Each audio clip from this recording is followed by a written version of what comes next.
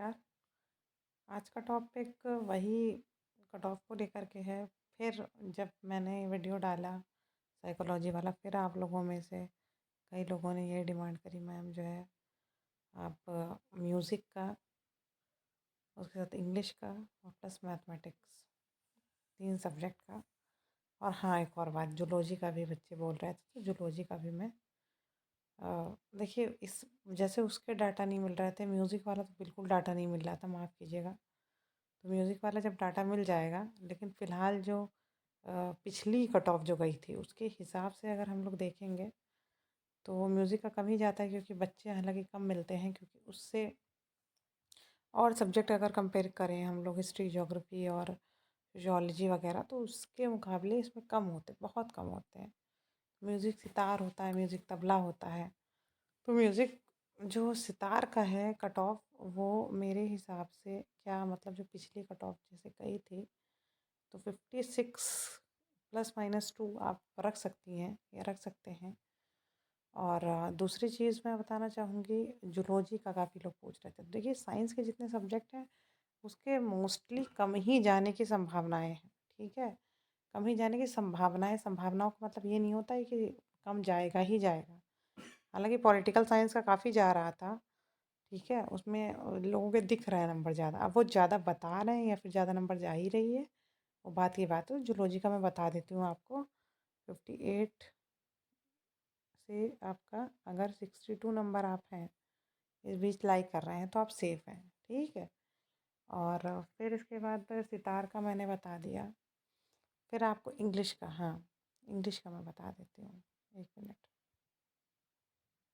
English का आपका रहेगा, जो भी आंकड़े समझ में आ रहे थे उसका भी काफ़ी कम जा रहा था। पेपर अच्छा खासा एक लेवल पे था, ठीक है।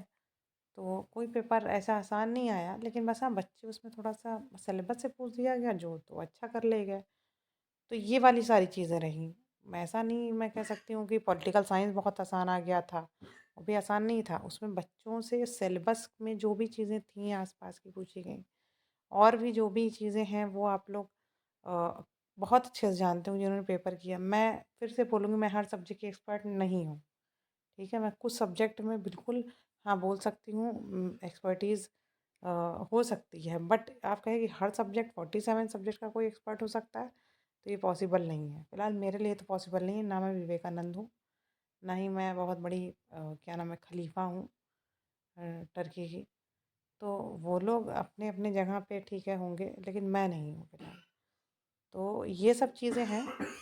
और एक और बचा हुआ था मैथमेटिक्स का। तो मैथमेटिक्स की बात करेंगे अगर हम लोग, तो मैथमेटिक्स में भी कम जा रहा था, क्योंकि सॉल्व करते हैं हम लोग, सॉल्व करने में समय लगता है उसको।